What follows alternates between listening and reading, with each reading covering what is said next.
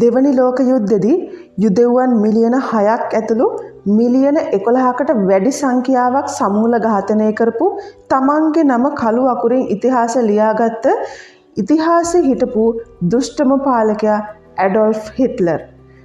එයා ලෝකෙම හංගගෙන හිටපු තමන්ගේ දීර්ඝකාලීන පෙම්වතිය පසුව පැය කිහිපයකට කලින් විවාහ කරගත්ත තමන්ගේ ආදරණීය බිරිඳ ඊවා ඇනා පෝලා බ්‍රවුන්.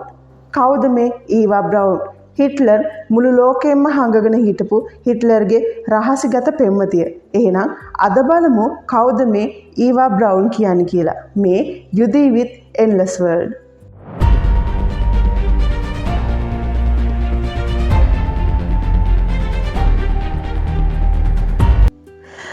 මං හැමදාම කියනවා වගේ අපි මේ වර්තමානයේ අත්දකින ලෝකයේ ඉතිහාසයේ සිද්ධ වෙච්ච සිද්ධි දාමයක එකතුවක්.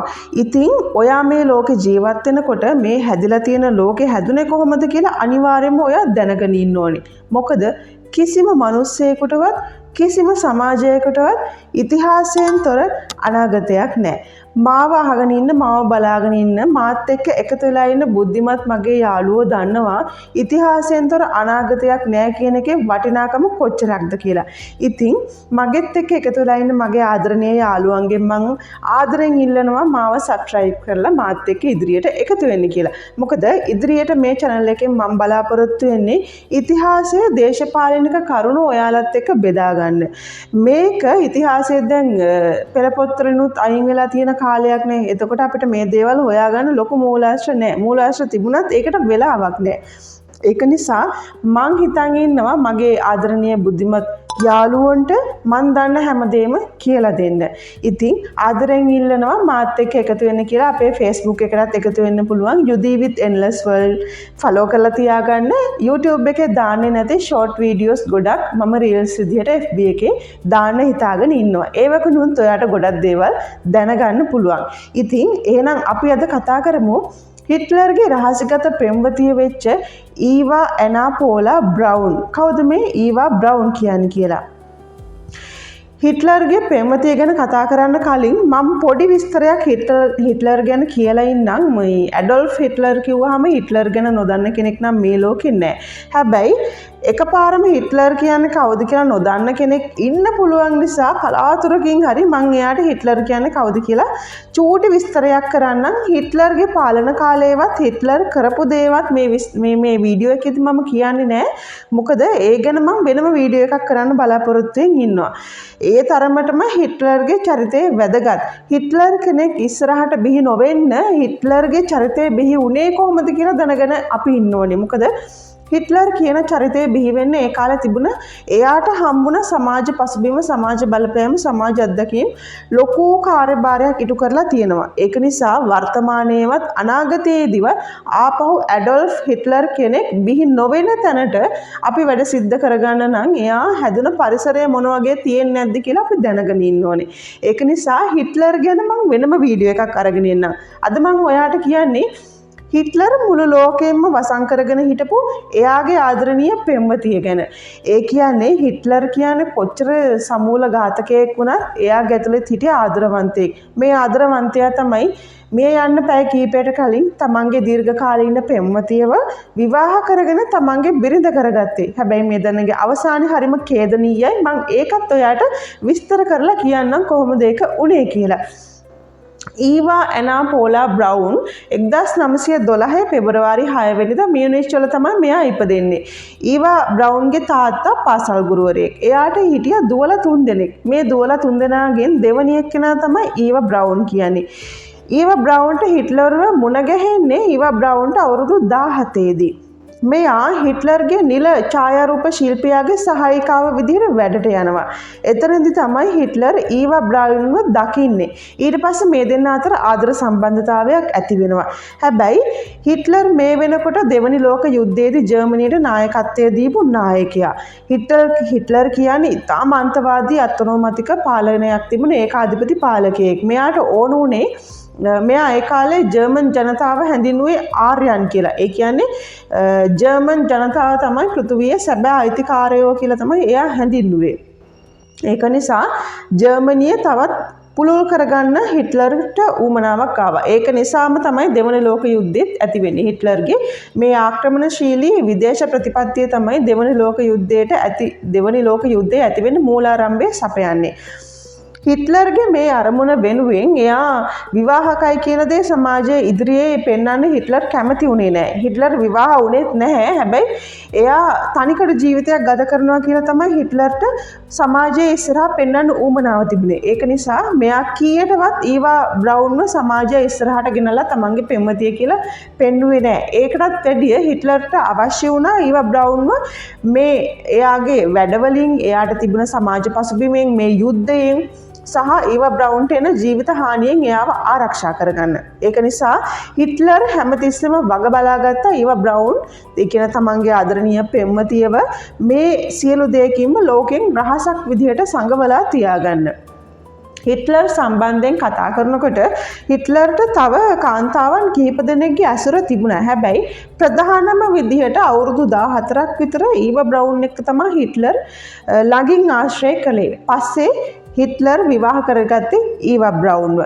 මේ ඊවා බ්‍රවුන් හිට්ලර් එක්ක ප්‍රේම සම්බන්ධතාවයක් පටන් ගන්නකොට ඊවා බ්‍රවුන්ගේ ගෙදර එයාගේ අම්මයි තාත්තයි මේකට කැමති වෙන්නේ නැහැ. මොකද හිට්ලර් කියන්නේ කවුද කියලා ජර්මනියේ කට්ටිය හැමෝටම වැඩිය හොඳට දන්නවා. ඒක නිසා මේ සම්බන්ධතාවයට අනාගතයක් නැහැ කියලා ඒ දෙමව්පියෝ දැක්ක නිසා ඊවා බ්‍රවුන්ට හිට්ලර් එක්ක තියෙන සම්බන්ධතාවයට එයාගේ දෙමව්පියන්ගෙන් ආශිර්වාදය හම්බුනේ නැහැ. ඒක නිසා ඊවා බ්‍රවුන්ට ගෙදරත් ඉන්න බැරි තත්ත්වයක් උදා වුණාට පස්සේ මෙයා ගෙදරින් එළියට බහැලා යනවා.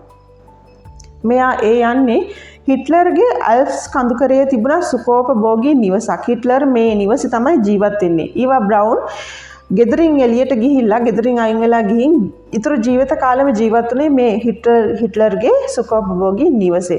හිට්ලර් හැමතිස්සෙම ඊවා බ්‍රවුන්ව තමන්ගේ සහායිකාව විදිහට, එහෙම නැත්නම් තමන්ගේ ලිපිකාරිය විදිහට, එහෙම නැත්නම් ගෙදර ඉන්න ගෙදර වැඩට ඉන්න කෙනා විදිහට තමයි අනිත් අයට හඳුන්වලා දුන්නේ. ඒක නිසා ඊවා බ්‍රවුන්ට සමාජයෙන් හැංගිලා ඉන්න ලොකු ඉඩකඩක් හම්බුණා. හිට්ලර් එක්ක ඊවා බ්‍රවුන්ගේ තිබ්බ සම්බන්ධතාවය ගැන අපි කතා කරනකොට මේ දෙන්නගේ ඊවා බ්‍රවුන් හිට්ලර් එක්ක සම්බන්ධතාවය ගෙනියනකොට ඊවා බ්‍රවුන් දෙපාරක් සියදිවි නසා ගන්න උත්සාහ කරනවා. ඒකට හේතුව හිට්ලර්ගේ අවධානය එයාට නොලැබෙන එක. විචාරකයෝ නම් ඊවා බ්‍රවුන් ගොඩක් වෙලාවට මෝඩ කාන්තාවක් විදිහට තමයි විචාරය කරන්නේ. හැබැයි සමහර තැන්වල ඊවා බ්‍රවුන් කියන්නේ මෝඩ කාන්තාවක් වුණාට තමන්ගේ අරමුණ වෙනුවෙන් මරණය වුණත් තෝරගන්න පුළුවන් අදිෂ්ඨානශීලී කාන්තාවක් විදිහට තමයි සමහර තැන්වල දැක්වෙන්නේ. ඊවා බ්‍රවුන් එයාගේ ජීවිතයේ සිද්ධ වෙච්ච සමහර සිදුවීම්, ලස්සන දවස්, ලස්සන තැන්, යාළුවොත් එක්ක ගත කරපු දේවල්, සමහර වෙලාවට හිට්ලර් එක්ක හිටපු දේවල් පොඩි ෂෝට් වීඩියෝස් විදිහට රූපගත කරලා තිබුණා. මේක තමයි ඊවා බ්‍රවුන්ගේ විනෝදාංශය. ඒ වගේම මෙයා ක්‍රීඩාවටත් ඉතාමත් දක්ෂ, ඉතාමත් කැමති කෙනෙක් කියලා කියනවා. හිට්ලර් එයාගේ හිත නිවා ගන්න ඕන වුණාම මේ ඊවා බ්‍රවුන් ළඟට තමයි එන්නේ. හැබැයි මේ දෙන්නගේ සම්බන්ධතාවය මේ වීඩියෝ ක්ලිප්ස් වල පේන තරමට ඉතාමත් ළඟ සම්බන්ධතාවයක් තිබ්බ. හැබැයි ඒ තරමට මේ hina වෙලා ඉන්න පුළුවන් සම්බන්ධතාවයක් නෙමෙයි ඊවා බ්‍රවුන් සහ ඇඩොල්ෆ් හිට්ලර් අතර තිබුණේ. මොකද හිට්ලර් කියන්නේ දෙවන ලෝක යුද්ධයට නායකත්වය දුන්න පුද්ගලයා. එතකොට කාන්තාවක් වෙනුවෙන් එයාට වෙන් කරන්න තිබුණ කාලය හරිම අඩුයි. මේක නිසා ඊවා බ්‍රවුන් ඉතාමත් පීඩාකාරී මානසික ආතතියෙන් හිටපු, හැමතිස්සෙම හිට්ලර්ගෙන් අවධානය ඉල්ලලා රණ්ඩු කරපු කෙනෙක් විදිහට තමයි ඉතිහාසයේ සඳහන් වෙන්නේ. ඒක නිසා මේ දෙන්නගේ සම්බන්ධතාවය ඉතාම නිදහසේ ආදරණීයව ගලාගෙන ගියපු සම්බන්ධතාවයක් විදිහට කවුරුත් විචාරකයෝ පිළිගන්නේ නැහැ. කොහොම වුණත් ඊවා බ්‍රවුන් හිට්ලර් එක්ක අන්තිම මොහොත වෙනකම්ම හිටියා. මෙයා දෙපාරක් සියදිවි නසා ගන්න උත්සාහ කරත් හිට්ලර්ට තිබුණ ආදරය නිසා ඊවා බ්‍රවුන් අන්තිම මොහොත වෙනකන් හිට්ලර් එක්ක හිටියා. හිට්ලර්ගේ දැන් දෙවන ලෝක යුද්ධයේදී තමන් පෙරදෙනවා කියලා ඇඩොල්ෆ් හිට්ලර් දැනගත්තට පස්සේ මෙයා තීරණය කරනවා සියදිවි නසා ගන්න. අන්තිම කැමැත්ත මෙයා වාචිකව ප්‍රකාශය කරනවා. එතනදී කියනවා එයා සියදිවි නසා ගන්නවා කියලා. ජර්මනිය ආක්‍රමණය කරන්න රුසියානු හමුදාව එනවා කියලා දැනගත්තට පස්සේ ඇඩොල්ෆ් හිට්ලර් 1930 අප්‍රේල් 29 වෙනිදා මධ්‍යම රාත්‍රියේ පහුවෙලා පැය කීපයක් ගියාට පස්සේ ඊවා බ්‍රවුන් එක නිල වශයෙන් විවාහ වෙනවා. ඒ විවාහ වෙලා පැය කීපයකට පස්සේ භූගත බංකරය තුලදී ඊවා බ්‍රවුන් සයිනයිඩ් කාලා තමන්ගේ ජීවිතය නැති කරගන්නවා. හිට්ලර් හිසට වෙඩි තියාගෙන එයාගේ ජීවිතේ නැති කරගන්නවා. මේක තමයි මේ දෙන්නගේ අවසානය. ඊවා බ්‍රවුන් කියන්නේ කොයිතරම්නම් හිට්ලර්ට ආදරය කරපු කෙනෙක්ද කියනවා නම් අවසානයේ හිට්ලර්ගේ බිරිඳ වෙලා පැය කීපයකට පස්සේ හිට්ලර් වෙනුවෙන් එයාගේ සම්පූර්ණ ජීවිතේම පූජා කරා. ඒක තමයි ඊවා බ්‍රවුන් මෝඩ කාන්තාවක් විදිහට සමහර විචාරකයන් දක්වන්නේ. එයා හිට්ලර්ට අර තිබුණ උමතු ආදරය නිසා. හැබැයි ඊවා බ්‍රවුන් කියන්නේ ඉතාමත් පක්ෂපාතී ලෝයල්ටි තමන්ගේ ආදරය වෙනුවෙන් තමන්ගේ ජීවිතය උනත් පූජා කරන්න පුළුවන් කාන්තාවක් විදිහට තමයි ගොඩක් විචාරකයෝ දක්වන්නේ. ඉතින් හිට්ලර් අන්තිම මොහොතේ ඊවා බ්‍රවුන්ව විවාහ කරගත්තේ සමාජ අපවාදයෙන්. ඒ කියන්නේ ඊවා බ්‍රවුන් කියන්නේ හිට්ලර්ගේ පෙම්වතිය නෙමෙයි, හිට්ලර්ගේ බිරිඳ කියන නිල නාමය ඊවා බ්‍රවුන්ට දෙන්න ඕන නිසා එයා මිය යන්න පැය කිහිපයකට කලින් ඊවා බ්‍රවුන්ව තමන්ගේ පෙම්වතිය තමන්ගේ ආදරණීය බිරිඳ බවට පත් කරගන්නවා. ඒ තමන්ගේ අවසාන පොරොන්දුව ඉෂ්ට කරලා තමයි ඇඩොල්ෆ් හිට්ලර් ජීවිතයෙන් සමුගන්නේ. ඉතින් හිට්ලර් කියන්නේ මුළු ලෝකෙටම මේ පා කරපු ඒකාධිපති පාලකයෙක් වුණාට හිට්ලර්ගේ ඇතුළේ ඉඳලා තියෙනවා හරි ලස්සන ආදරවන්තයෙක්. ඒක තමයි අන්තිම මොහොතේ හරි එයාගේ ආදරේ තමන්ගේ කරගෙන ජීවිතයෙන් සමුගත්තේ. ඉතින් මේ වගේ ඉතිහාසයේ සැඟවිච්ච ආදරණීය කතා, දේශපාලනික කතා, හරි ලස්සන කතා ගොඩාක් තියෙනවා. ඒ හැම එකක්ම මම මගේ ආදරණීය යාළුවොත් එක්ක බෙදා ගන්න බලාපොරොත්තු වෙනවා. මාව සබ්ස්ක්‍රයිබ් කරලා මාත් එක්ක ආදරෙන් එකතු වෙලා ඉන්න කියලා මතක් කරන ගමන් අදට සමුගන්නවා. ආයෙත් එන්නම් අලුත් වීඩියෝ එකකින්. එතනට ගිහින් එන්න.